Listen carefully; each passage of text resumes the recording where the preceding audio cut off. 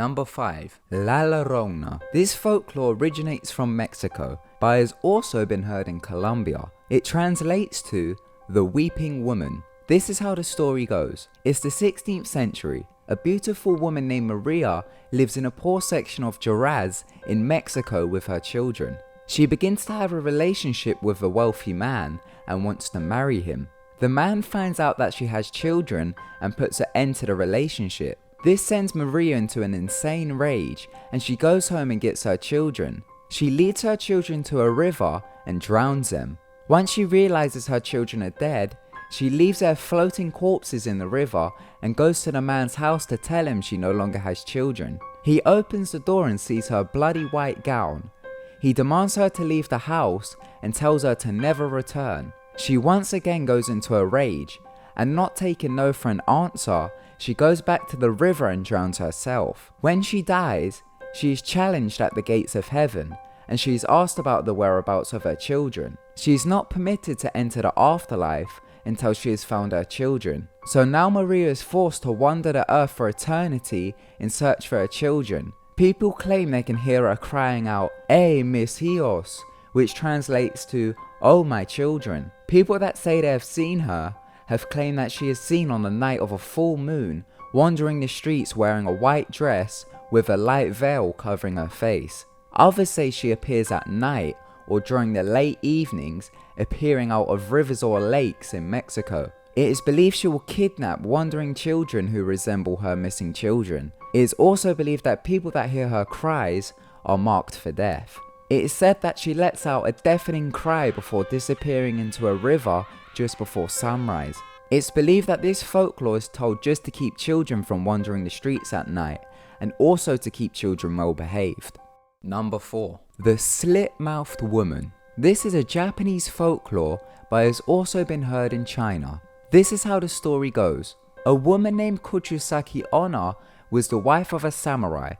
She started to think that her husband was getting too old and unattractive, so she went out and met a man. She brought the man back to their house and began to cheat on her husband. Her husband came home and caught her in the act. He was furious and slit her mouth ear to ear, then murdered her. She is believed to come back as an evil spirit and wanders the streets of Japan asking people if she is pretty. She wears a surgical mask and asks people if she is pretty.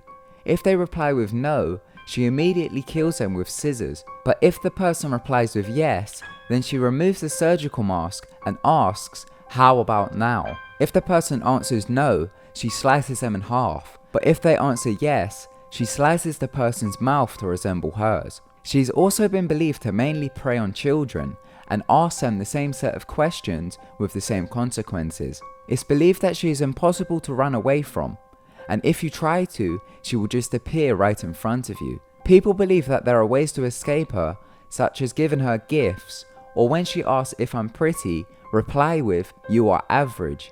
And also when she asks, "Am I pretty?" reply with the same question she asked you. Alleged sightings began to spread in 1979 in Nagasaki. It caused panic in towns throughout Japan. There are reports of schools allowing children to only go home in groups escorted by teachers, as they feared for the safety of the children, as they believed the slit-mouthed woman was going to kill them. There have been many recent sightings of her. This includes a report from South Korea. It said that in 2004, a woman wearing a red mask was seen chasing children several times a day. Also in October 2007, a coroner found some old records from the late 1970s about a woman who was chasing little children. She was then hit by a car while mid-chase, and the woman's mouth was revealed to be sliced from ear to ear. Number 3. Tiyanak. This folklore originates in the Philippines. The Tiyanak is believed to be a vampire-like creature who lurks in the jungles of the Philippines. It is believed that when walking through the jungle, a person will hear the cries of a newborn baby. Follow the cries, and a person will come across a baby wrapped in linen. Once the baby is picked up, it reveals its true form and attacks the victim. It is believed to be the shape of a baby, but forms sharp claws and fangs. It's believed that the Tiyanak enjoys leading travelers astray and abducting children. It is said that the Tiyanak is a spirit of a child whose mother died before giving birth. Locals believe that there are ways to counter the jKoxgxaNXEk attack. They believe if you come in contact with it, then you have to quickly turn your clothes inside out, as it finds this amusing and lets you free. They also believe it flees from loud sounds such as fireworks and is also scared off by garlic and the rosary. Number 2. Eliza Day. This folklore originated in Ireland. This is how the story goes. In Ireland there was a young woman named Eliza Day. People called her the Wild Rose because they said she was as beautiful as the wild roses that grew near the river. One day, a man came into the town in which Eliza's home was. He then saw her and it was love at first sight. He found out where she lived and knocked on her door. He then introduced himself. They started to talk for a while. He then took her in his arms and kissed her. Eliza felt a connection between them. On the second day, the man went to visit her again. He brought her one single red rose and told her she was the most beautiful woman he had ever seen. He then asked her if she could meet him down near the river where the wild roses grew. On the third day, she met him near the river. She stood on the riverbank and admired the beauty of the place. The man kissed her on the lips. He then stood behind her and hit her over the head with a rock. He then started to furiously bash in her skull. As she laid there dying, he crouched down and whispered in her ear, "All beauty must die." He then placed a rose in her mouth and dragged her body into the river and watched it disappear beneath the surface of the water. People in Ireland claim that they have seen the ghost of Eliza Day. They say she wanders near rivers and has a visible head wound and has blood running down her face while she clutches a single rose. Number 1. Bloody Mary. This folklore is known worldwide, but is believed to have originated from England. There are several stories about who Bloody Mary is. Some believe that she was a witch who kidnapped children and was burnt at a stake, but others believe that it is Mary Tudor. Mary Tudor was the daughter of King Henry VIII. She later became the Queen of England and was nicknamed Bloody Mary because she would burn people at the stake because they refused to follow the same religion as her. It is believed that a person can conjure the spirit of Bloody Mary by saying her name 3 times while looking into a mirror in a dimly lit room. People believe that if you shout, "I stole your baby, Bloody Mary," she will appear. This is because Queen Mary I was prone to having phantom pregnancies and couldn't have kids.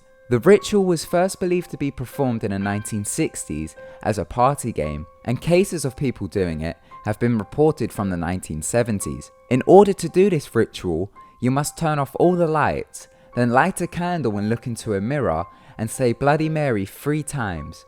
She is then supposed to appear. The spirit is believed to appear as a corpse, a witch, or a ghost. She can be friendly or evil, and is sometimes covered in blood. Once Bloody Mary appears, she is believed to start screaming at a person. She is also believed to strangle people and scratch their eyes out. There are several spooky stories of people who have tried it.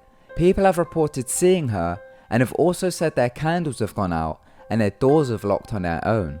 People also say Mary Worth 3 times, as Mary Worth was believed to be a witch linked with the Salem witch trials. The hallucinations that occur while doing a ritual have been explained as a Caputo effect. This is when someone stares into a mirror in a dimly lit room. It may eventually cause someone to hallucinate. Facial features may appear to melt or disappear. This is due to sensory deprivation. There are several videos on the internet of people trying the Bloody Mary ritual. Let me know if you've ever tried it, and if so, did anything happen during it? Thank you so much for watching. Make sure to give this video a like, and remember to subscribe to keep updated with our videos. Goodbye.